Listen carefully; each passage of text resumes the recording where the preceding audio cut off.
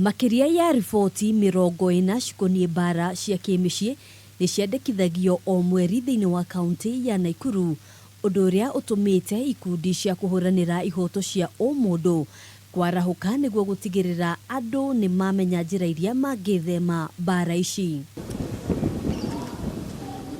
Ikundi ici gũkĩrĩ ũguo niciiraniire gũtwara rĩendekithia kũrĩ thirikari cia kaunti ria ũrĩa mangĩnyitanĩra kũnyihia Mbaara cia Kĩmũciĩ. I want to laud the county government for actually taking time, of course, to develop the gender policy which is in the pipeline in partnership with ZGG.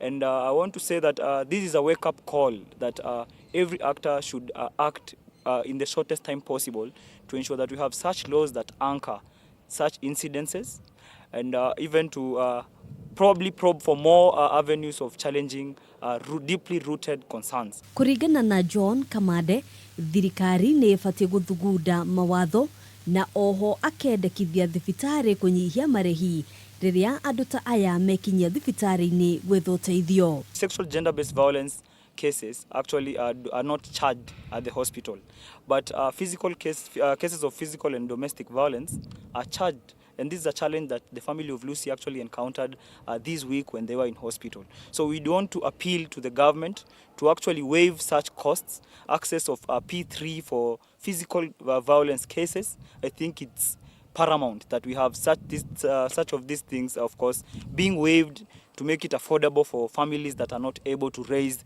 the medical charges in good time. Irema na nguraro mothi-inĩ no maria monekaga na maitho, no andũ aingĩ arĩa magereire Mbaara cia Kĩmũciĩ marigagĩrĩria gũkorwo na mathĩna ma kĩmeciria. We are ready and willing with Kenya Medical Association and any other partner, including now the CSO forum network that has been formed here, that will be seeing us regularly addressing several issues that are of concern.